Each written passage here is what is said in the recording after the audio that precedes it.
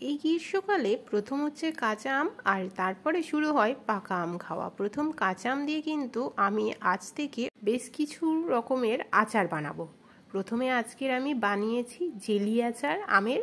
আপনারা কিন্তু সঙ্গে থাকুন, প্রত্যেকটা রেসিপি এক এক করে রোজ আসবে। আজ আমের যে জেলি আচারটা বানাবো, এই আচারটা কিন্তু পাড়ায় যখন ঠেলাগাড়ি করে যে আচার বিক্রি করতে আসতো কাকুগুলি, ওনাদের কাছে কিন্তু এইরকম আনারসের আচার দেখতে পেতাম, এইরকমই দেখতে। তো সেটা আমি তো পারবো না বানাতে, বা আর আনারস দিয়ে করবো না, আমি পারবো না অতটা। সেই জন্য আমি ভাবলাম আজকের আম দিয়ে সেইভাবেই একদম একটা রেসিপি করব আচারের।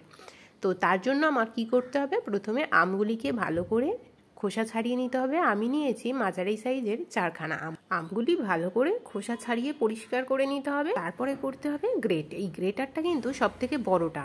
এর দুটো দিক আছে, একদিকটা ছোট আর একদিকটা বড় বেরায়। আমি বড় দিকটাতেই ভালো করে গ্রেট করে নিচ্ছি। দেখতে পাচ্ছেন কত সুন্দর হচ্ছে। পাশে যে বড় বড়গুলো পড়ছে দেখলেই বুঝতে পারবেন কতটা বড় বড় হচ্ছে। খুব ছোট না, এই যে এইভাবে গ্রেট করে নিতে হবে। এবারে দানাগুলো সব ফেলে দেবো। 4খানা আম আমার গ্রেট করা হয়ে গেছে। এবারে আমি একটা ঝাঁঝরি গামলি নিলাম। ওই ঝাঁঝরি গামলির মধ্যে আমি এখন আমগুলি দিয়ে দিলাম। দিয়ে 10 মিনিটের জন্য চেপে একটু জলটা বের করে দেবো। আপনারা চাইলে ফেলতে পারেন, নাও ফেলতে পারেন জলটা। এবার আমি একটা মশলা বানাবো। তার জন্য কড়া বসিয়েছি, অল্প একটু দিয়েছি ধনে, জিরে আর মৌরি, হাফ আমি শুকনো লঙ্কা দিয়েছি, একটু যাতে হালকা সাইড ঝাল হয়। এবারে মশলাটা বেশ ভালো করে এভাবে নেড়ে চেড়ে নিতে হবে। দেখবেন কালারটা চেঞ্জ হয়ে গেছে, মশলাটা আমার ভাজা হয়ে গেছে। মিক্সিতে তুলে নিলাম। এবার এই কড়াটাকে একেবারে ঠান্ডা করে নিতে হবে। ঠান্ডা করে নিয়ে আমগুলি একে একে কড়ার মধ্যে দিয়ে দেবো। গ্যাসটা কিন্তু একদম অফ থাকবে। এবারে এর মধ্যে লাগবে শুধু চিনিটা। চিনি আমি এখানে দিয়ে দিলাম 1 কাপ। পুরো চিনিটা এখন আমি আমের মধ্যে দিয়ে দেব। দিয়ে দিলাম আমি সব চিনিটা। পরিমাণ মতো চিনি দিয়ে এখন আমি গ্যাসটা অন করে দেব। গ্যাস কিন্তু একদম থাকবে সিমেতে, একদম হাই করব না আমি।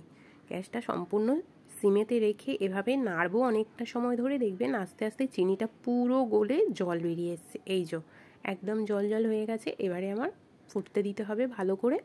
দেখছেন এখানে কিন্তু একদম জল ব্যবহার হবে না। আর আপনারা চাইলে আম যদি টক বেশি মনে হয় তাহলে কিন্তু জলটা ফেলতে পারেন, আর আম যদি বেশি না টক মনে হয় তাহলে জলটা ফেলবেন না।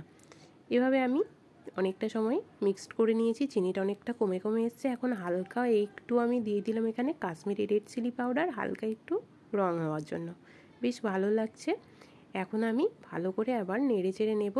রেড চিলি পাউডারটা দেওয়ার পর দেখতেই পাচ্ছেন অনেকটা কিন্তু শুকিয়ে শুকিয়ে এসছে, আর পাশটা অনেকটা শুকনো মতো লাগছে না? আর কি সুন্দর হয়েছে দেখুন, যেমন কালার হয়েছে তেমন দেখতেও সুন্দর হয়েছে, আর খেতে তো অসাধারণ হয়েছিল। আমার কিন্তু জেলি আচারটা বানানো প্রায় শেষের দিকে একেবারে। এখন আমি শুধুমাত্র দিয়ে দেব ওই শুকনো মশলাটা। এখানে কিন্তু বেশি কিচ্ছু ব্যবহার হলো না, জাস্ট ওই শুকনো মশলাটা আর চিনিটা, আর হালকা দিলাম একটু কাশ্মীরি রেড চিলি পাউডার। আপনারা চাইলে ওখানে কিন্তু হালকা একটু হলুদ দিতে পারেন। তো দেখুন আমার এখানে আচারটা রেডি হয়ে গেছে, আর কত সুন্দর দেখতে হয়েছে দেখুন। রুটির সঙ্গেও কিন্তু বেশ লাগে, আবার দুপুরে অনেকে খাওয়ার পর খায়। তো আমি কিন্তু জেলি আচারটাকে একটা কাচের বয়ামে স্টোর করে রাখবো, অনেক দিন থাকবে।